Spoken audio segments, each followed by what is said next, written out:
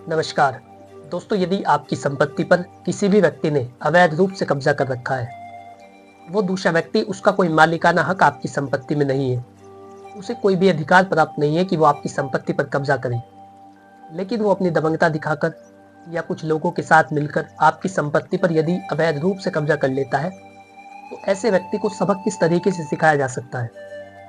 देखिए, यदि आप उससे दबंगता दिखाएंगे और आप भी उसी की तरह लड़ाई झगड़ा करेंगे, तो ऐसे में आपके खिलाफ भी कानूनी कार्रवाई की जाएगी। तो यदि आप अपनी संपत्ति को वापस लेना चाहते हैं, तो आपको पूरी कानूनी प्रक्रिया का पालन करना होगा। और जहां पर भी कानून की बात आती है, वहां पर आप मौखिक रूप से नहीं चल सकते। आपको दस्तावेज दिखाने होते हैं, आपको तथ्यों पर बात करनी होती है, आपको सबूत दिखाने होते हैं, एविडेंस दिखाने होते हैं, ताकि न्यायालय आपकी बात मान सके या कोई भी प्रशासनिक अधिकारी, डीएम साहब, एसडीएम साहब, तहसीलदार या राजस्व निरीक्षक या पुलिस वाला, यदि आप किसी के भी पास शिकायत दर्ज कराते हैं उस अवैध कब्जाधारी को हटाने के लिए, तो सबसे पहले आपसे दस्तावेजों की मांग की जाती है। और ऐसा होना जरूरी भी है। यदि ऐसा ना हो तो कोई भी व्यक्ति किसी की भी संपत्ति पर कब्जा कर लेगा या कोई भी व्यक्ति किसी की संपत्ति से उसे बेदखल कर देगा। तो आपसे कुछ दस्तावेजों की मांग की जाती है, न्यायालय के द्वारा भी और संबंधित पुलिस अधिकारी के द्वारा या किसी भी प्रशासनिक अधिकारी के द्वारा। तो अब सवाल ये उठता है कि यदि हम अवैध कब्जाधारी को हटाना चाहते हैं, तो हमें कौन कौन से दस्तावेज दिखाने होंगे, हमें कौन से एविडेंस देने होंगे, ऐसा कौन सा प्रूफ देना होगा जिससे कोर्ट ये समझे कि संपत्ति पर हमारा हक है, जिससे कोर्ट ये समझे कि संपत्ति हमारे स्वामित्व में है, जिससे प्रशासनिक अधिकारी को पता चले कि संपत्ति की जो ओनरशिप है वो हमारे नाम है और किसी भी दूसरे व्यक्ति का उसमें कोई अधिकार नहीं है। तो यदि आप ये सारी बातें बताना चाहते हैं, तो आप केवल मौखिक रूप से ऐसा नहीं कर सकते, आपको दस्तावेजों की आवश्यकता पड़ती है। आज के वीडियो में आपको मैं 4 ऐसे महत्वपूर्ण दस्तावेज बताऊंगा जो आपके मालिकाना हक को साबित करते हैं। और आप अवैध कब्जे का केस यदि करना चाहते हैं या कब्जाधारी को हटाना चाहते हैं, तो इनको आपको दिखाना ही पड़ेगा। ये जो चारों दस्तावेज है, ये बहुत ही महत्वपूर्ण है। यदि आपके केस में आप उसे वहां से हटाना चाहते हैं, वो जबरन आपकी संपत्ति पर कब्जा करके बैठा है, तो आपको कुछ दस्तावेज दिखाने होंगे जो आज की वीडियो में मैं आपको बताने वाला हूँ। यदि आप पहली बार चैनल पर आए हैं, तो आज ही हमारे यूट्यूब चैनल अश्मित हरमन को सब्सक्राइब कर ले, ताकि इसी प्रकार की महत्वपूर्ण वीडियो, लीगल नॉलेज, विधिक परामर्श, आपके अधिकार आप तक पहुंच सके। यूट्यूब पर ऐसे कई सारे वकील हैं जो आपको बता रहे हैं कि आप एक कागज को दिखा करके अवैध कब्जा हटवा सकते हैं। असल में एक भ्रामक जानकारी है और आपको गुमराह करने के लिए दी जा रही है। कभी भी आप एक कागज को दिखा करके कब्जा नहीं हटवा सकते, क्योंकि कब्जा हटाने की एक पूरी कानूनी प्रक्रिया होती है और एक जटिल प्रक्रिया होती है। ऐसा नहीं कि आप केवल एक दस्तावेज दिखाए और अधिकारी उस कब्जे को हटा दे, ऐसा कभी भी नहीं होगा। तो आपको समझना होगा कि आपको पूरी कानूनी प्रक्रिया का पालन किस तरीके से करना है, और यदि आप सही तरीके से कानूनी प्रक्रिया का पालन करते हैं तो बहुत ही जल्द कब्जा हटा दिया जाएगा। बात करते हैं सबसे पहले दस्तावेज की। उससे पहले आपका स्वागत है हमारे चैनल पर। यदि आप पहली बार आए हैं तो आज ही सब्सक्राइब कर ले, ताकि इसी प्रकार की महत्वपूर्ण जानकारी, लीगल नॉलेज, विधिक परामर्श आप तक पहुंच सके। दोस्तों, सबसे पहले दस्तावेज में आती है रजिस्ट्री, या जिसे कहते हैं बैनामा, या जिसे कहते हैं केवाला। यदि आपने वो संपत्ति खरीदी है या आपके पूर्वज ने वो संपत्ति किसी दूसरे व्यक्ति से खरीदी थी, जिसे कहते हैं सेल्फ एक्वायर प्रॉपर्टी, हमारी खुद की खरीदी गई जमीन, और ये सारी बातों में लागू होता है, चाहे वो दुकान हो, मकान हो, प्लॉट हो। यदि आपने किसी भी संपत्ति को खरीदा था जिस पर कोई दूसरा व्यक्ति अपना अधिकार रखता है, जिस पर किसी दूसरे व्यक्ति ने अवैध रूप से कब्जा कर लिया है, तो ऐसी स्थिति में उसे हटवाने के लिए आपको अपना बैनामा दिखाना होता है। क्योंकि जो बैनामा है वो मालिकाना हक का प्रमाण होता है। जो बैनामा है जिससे आप संपत्ति को खरीदते हैं, जिससे पता चलता है कि आपने किस व्यक्ति से वो संपत्ति खरीदी है, जिससे ये पता चलता है कितने रुपए में आपने संपत्ति खरीदी, जिससे ये पता चलता है कितने दिनांक को संपत्ति खरीदी गई, कौन सी संपत्ति खरीदी गई, उसका खसा नंबर क्या है, रकबा कितना है, उसकी चौहद्दी क्या है, वो कहाँ पर स्थित है। तो ये जो सारी बातें हैं ये बैनामे से पता चलती है।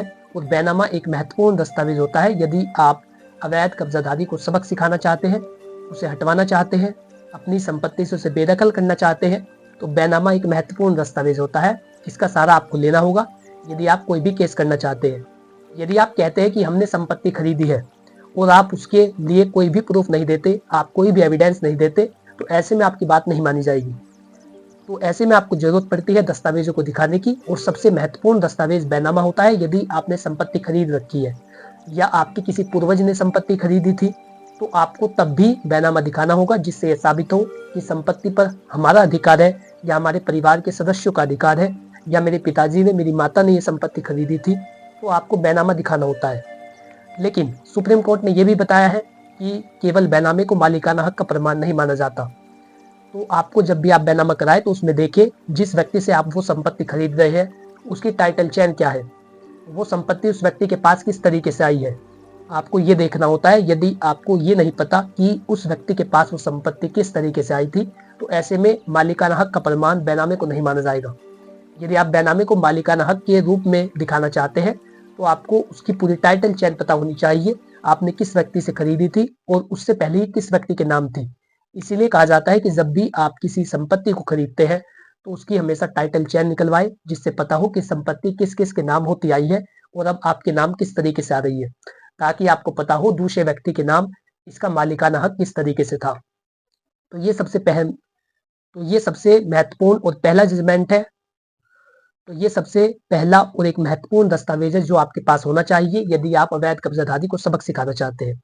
दूसरे दस्तावेज की यदि मैं बात करूं तो वो होता है खतौनी, जिसे कहते हैं खतियान। खतियान में मालिकाना हक का विवरण होता है।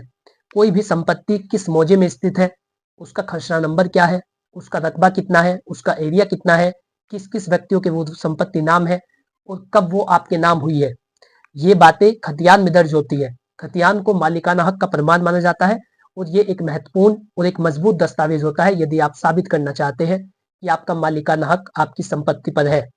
तो यदि आप ये साबित करना चाहते हैं तो आपको खतौनी दिखानी होगी। खतौनी की सत्य प्रतिलिपि आप निकलवाइए और उसे दाखिल कीजिए किसी भी प्रशासनिक अधिकारी के पास। यदि आप उसे दिखाते हैं या संबंधित न्यायालय में आप उसे दाखिल करते हैं तो ऐसे में आपके पास एक मजबूत आधार होता है ये बताने के लिए कि आपकी संपत्ति पर अवैध रूप से कब्जा किया गया है, जबकि संपत्ति का जो मालिकाना हक है वो आपके पास है।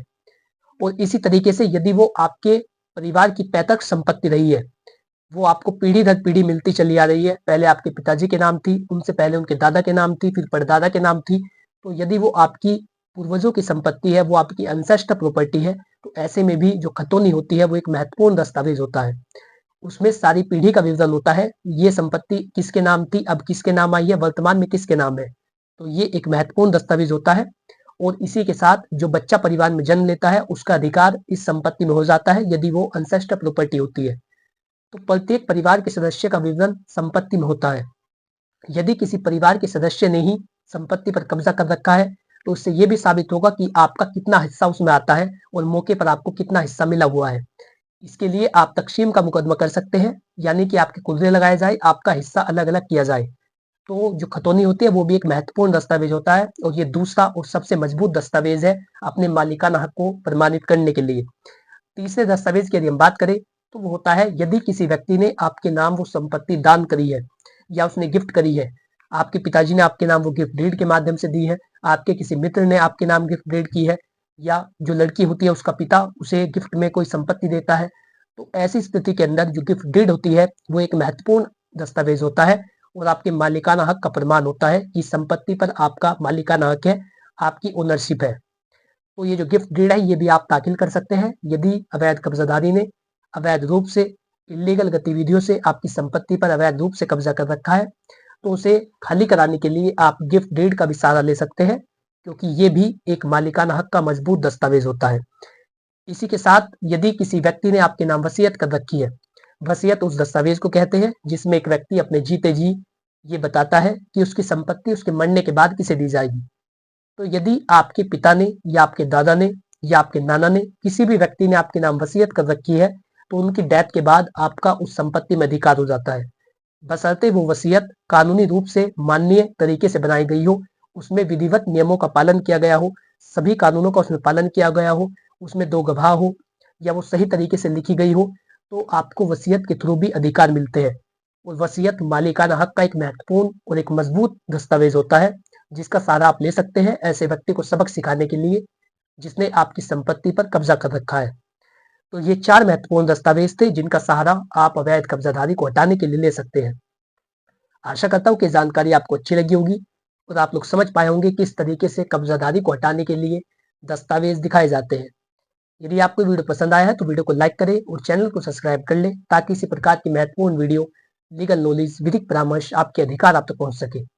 यदि आपका इससे रिलेटेड कोई भी सवाल हो तो बिना संकोच किए कमेंट बॉक्स में पूछिए इसी के साथ यदि आप अपने मामले पर जनरल गाइडेंस लेना चाहते हैं, कोई सलाह लेना चाहते हैं, तो स्क्रीन पर दिए गए मोबाइल नंबर पर कॉल करें या व्हाट्सअप करें अपनी लीगल प्रॉब्लम का। जल्दी आपको उसका उत्तर दिया जाएगा। Thanks for watching this video. अपना कीमती समय देने के लिए धन्यवाद।